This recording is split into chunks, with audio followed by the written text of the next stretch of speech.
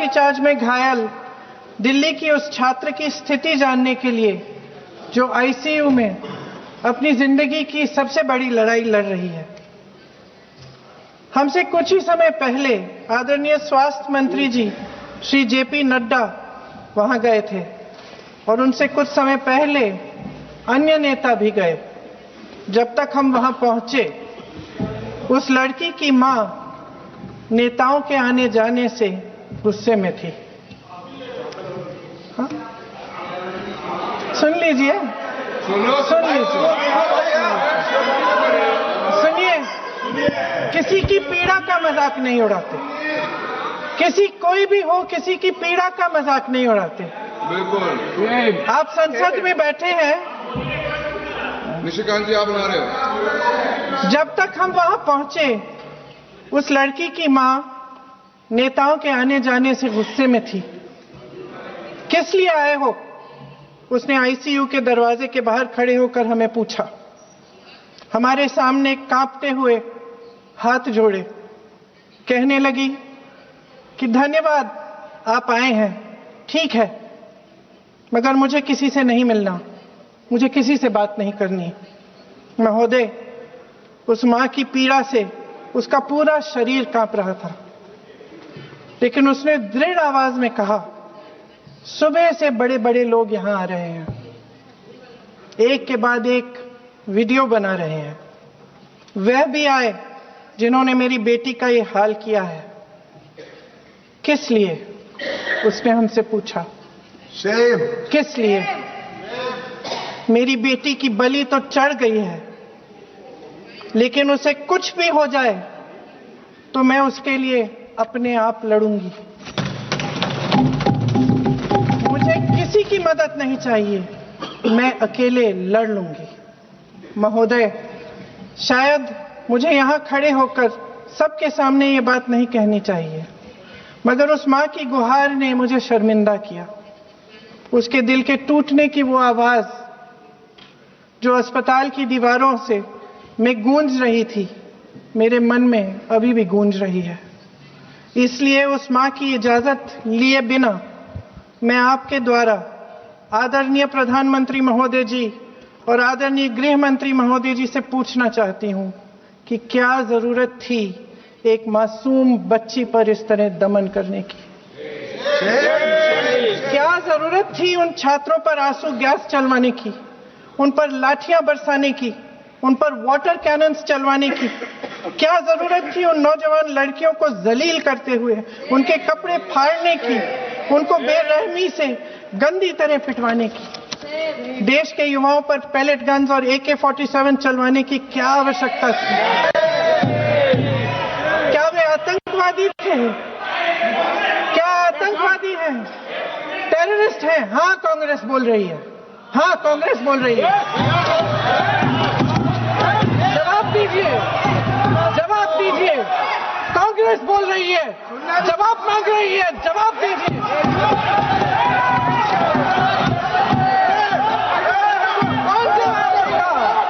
कौन जवाब देगा? गृह मंत्री जी जवाब देंगे। किसने ऑर्डर दिया?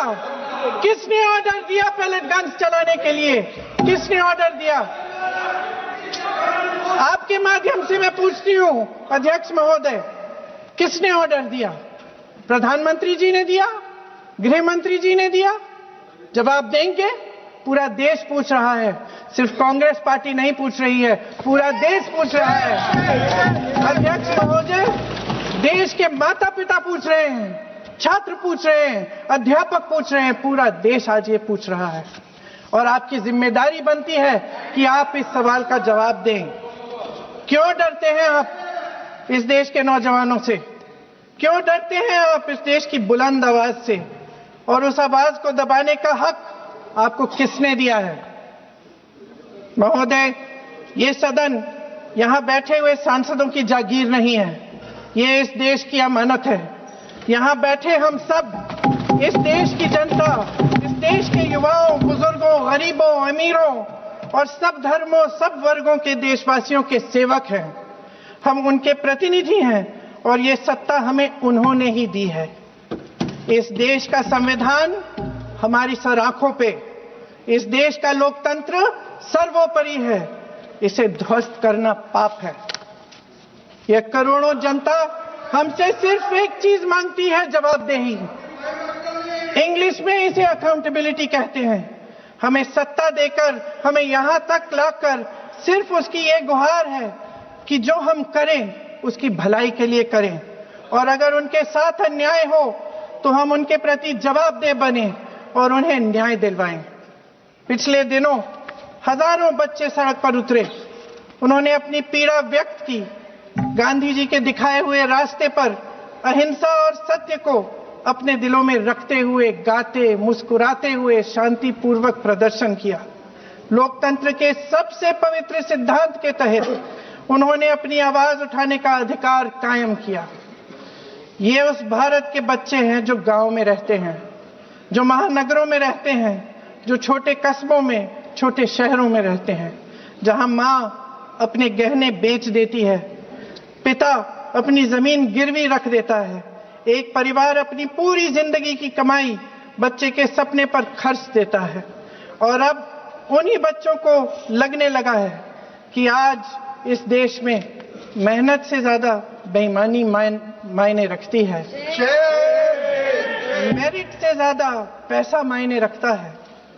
तब सिर्फ एक छात्र नहीं हारता, उम्मीद हारती है। इन परेशान बच्चों ने अपनी उम्मीदें आपसे साझा की। उनकी मांगे क्या थी? कि पेपर लीक करके उनके साथ जो बार बार अन्याय किया जा रहा है उस पर कार्रवाई की जाए, कि जो सिस्टम उनके भविष्य को कुचल रहा है उसे सुधारा जाए, कि जो माफिया उन्हें घेरे हुए है उसे हटाया जाए, कि जिस मंत्री के कार्यकाल में यह सब हुआ वह इस्तीफा दे, कि उन पर बर्बरता करने वालों पर कार्रवाई की जाए और उसके लिए माफी मांगी जाए। बस यही उनकी मांग थी ना, कि जो शिक्षा और स्वतंत्र अभिव्यक्ति का अधिकार उन्हें संविधान ने दिया है उसे कायम रखा जाए।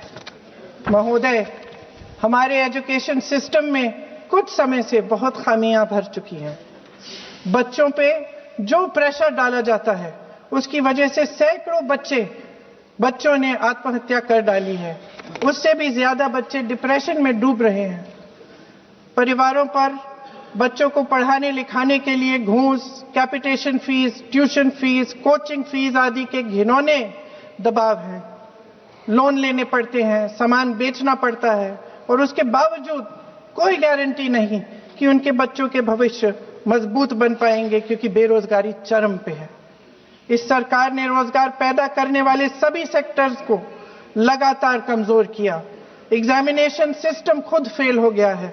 पिछले दशक में 152 पेपर लीक हुए, 750 करोड़ छात्र प्रभावित हुए, मगर एक भी दोषी, एक भी माफिया को सजा नहीं।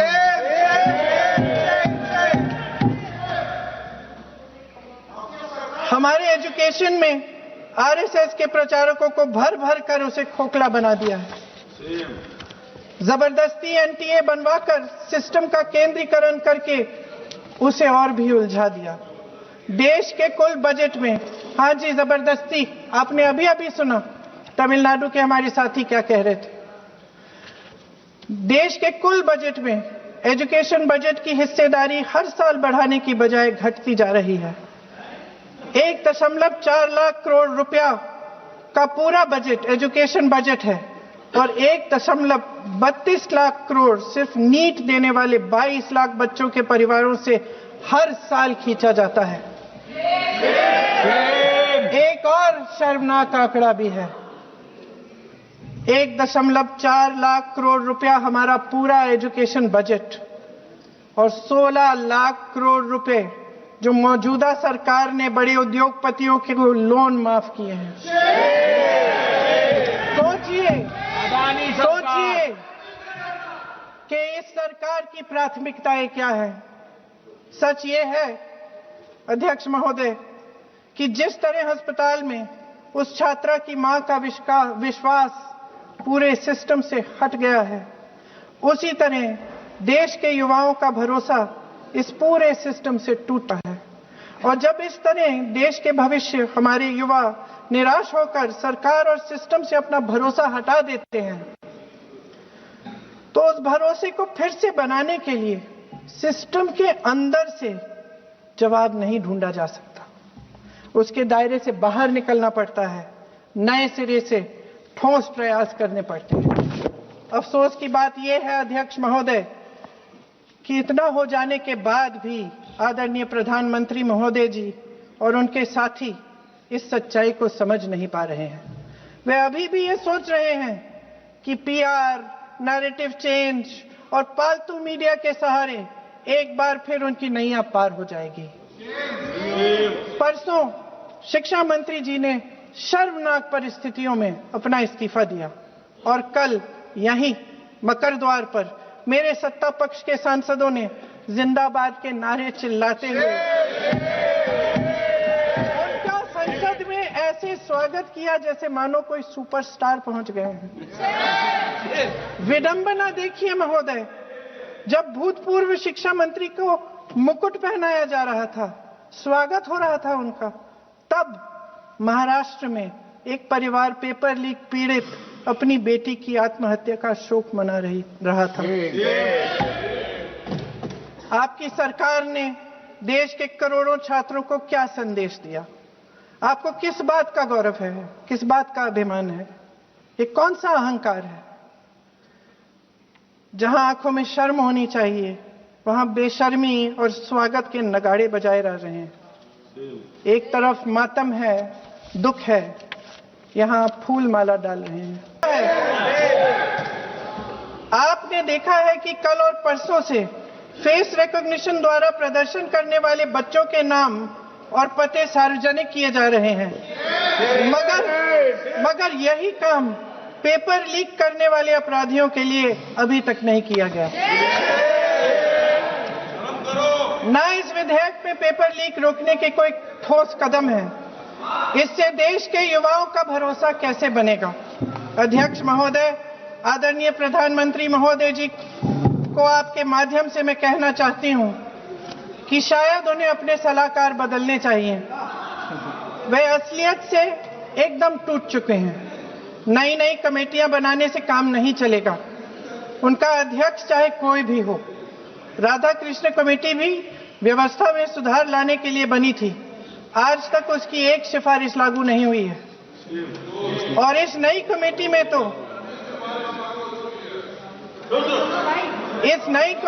तो एक एक्स-आईबी चीफ,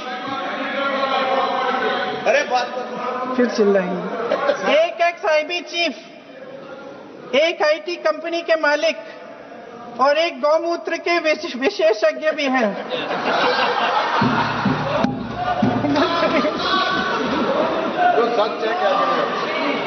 इन्हें शिक्षा के बारे में क्या पता जी? सच है। आप आज मेरे से नाराज हो रहे हैं, पर मुस्कुरा लीजिए। वो आपने भी चुनाव लड़ा।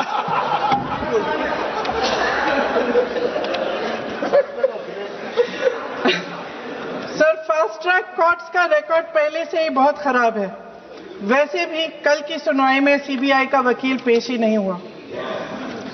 संसद में विपक्ष को दोषी ठहराने से, खोखले राजनीतिक खेल खेलने से काम नहीं चलेगा।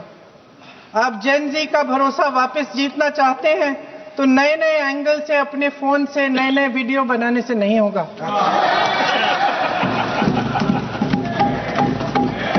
प्रधानमंत्री जी को कैमरे का एंगल नहीं, दिल का एंगल बदलना पड़ेगा। ये जेनरेशन जागरूक है, समझता है, झूठ पहचानने की उसकी अपार क्षमता है। इनका दिल और दिमाग जीतने के लिए आपको सच्चाई पर उतरना पड़ेगा। आपके शासन के चलते इस नौजवान पीढ़ी के साथ घोर अन्याय हुआ है, बर्बरता हुई है। इस सच्चाई को स्वीकार करिए। अपनी जिम्मेदारी से पीछे हटने से काम नहीं चलेगा। आदरणीय प्रधानमंत्री महोदय जी, आपको जिम्मेदारी लेनी पड़ेगी, ठोस कदम उठाने पड़ेंगे। शिक्षा विशेषज्ञों को इकट्ठा कीजिए, छात्रों, अध्यापकों, सभी स्टेक होल्डर्स को साथ लेकर अन्य विचारधाराओं के थॉट लीडर्स के साथ गहरी चर्चाएं करवाकर एक नई शिक्षा प्रणाली तैयार कीजिए। मौजूदा नेशनल एजुकेशन पॉलिसी में 8 महीने तो एग्जाम चलते हैं, अध्यापकों को पढ़ाने का समय नहीं मिलता। सिर्फ आरएसएस के लोगों से भरने की बजाय सिस्टम को शिक्षित, एजुकेटेड, उन्नत और उदार दृष्टिकोण के लोगों से भी भरिए, जिनकी योग्यता सिर्फ उनकी विचारधारा न हो। रोजगार पैदा करने के सख्त कदम उठाइए, इस पर फोकस करिए। मेडिकल कॉलेजेस की संख्या बढ़ाइए, चिकित्सा शिक्षा का विस्तार कीजिए, ताकि ये बच्चे जो मेहनत कर करके भी अपने भविष्य नहीं बना पा रहे हैं, एक उज्जवल भविष्य का सपना देख पाए। अध्यक्ष महोदय, छात्रों को सड़क से हटाया जा सकता है, लेकिन उनके सवालों को नहीं। हर लाठी जो किसी लड़की पर, किसी लड़के पर चली है, वे बच्चों की पीठ से ज्यादा सरकार की साख पर पड़ी है। देश के नौजवान न्याय मांग रहे हैं, भीख नहीं। वे यहां सरकार गिराने नहीं, अपना भरोसा बचाने के लिए आए थे। अध्यक्ष महोदय, आपके माध्यम से मैं सरकार को कहना चाहती हूं, अपनी साख बचाइए, अपनी नीयत ठीक करिए, अपनी अकड़ का इलाज कीजिए, अपने वादों पर अमल कीजिए। आपके शासन में हमने बड़ी बड़ी चोरियां देखी हैं। चुनाव में वोटों की चोरी, राम मंदिर में चंदा की चोरी, आपके उद्योगपति मित्रों द्वारा देश की संपत्ति की चोरी, किसानों की जमीन की चोरी। लेकिन सबसे बड़ी चोरी, हाँ ठीक है, सबसे बड़ी चोरी तब हुई। कहिए, बोलिए।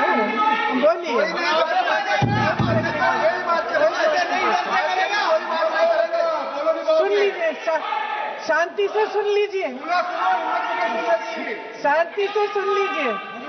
आपको मौका मिलेगा, आप जितनी भी चोरियों की बात करना चाहते हैं आप कर लीजिए। अभी मेरा समय है। सबसे बड़ी चोरी तब हुई जब देश के नौजवानों के भविष्य, उनके सपने चुराए गए। भविष्य की चोरी, सपने की चोरी किसी भी चोरी से कहीं बड़ी होती है महोदय। अगर देश का युवा निराश हो जाए, अगर देश का युवा निराश हो गया, उसकी उम्मीद टूट गई, तो सबसे बड़ी हार भारत की हार होगी। और हम कांग्रेस और विपक्ष के लोग जान दे देंगे, मगर भारत की हार नहीं होने देंगे।